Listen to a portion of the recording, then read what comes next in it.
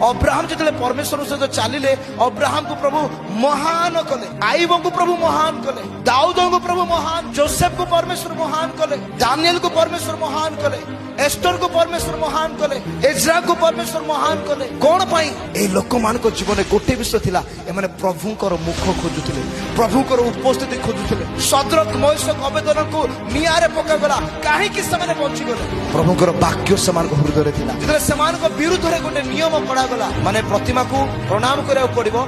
समान देखिले अरे हम आज्ञा भीतर तो इना नाही, प्रभु तो कहि प्रतिमा को प्रणाम करिबो नाही, मरि जिबा पछे प्रणाम करिबा नाही।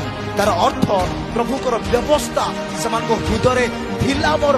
किछ लोक मान अछन अरे एबे कर देथवा, प्रभु तो क्षमा मांग दे देबे ना, एबे कर देथवा। कंप्रोमाइज से माने कंप्रोमाइज जदि करि थांते वाक्य रे ताकर ना ही नथा।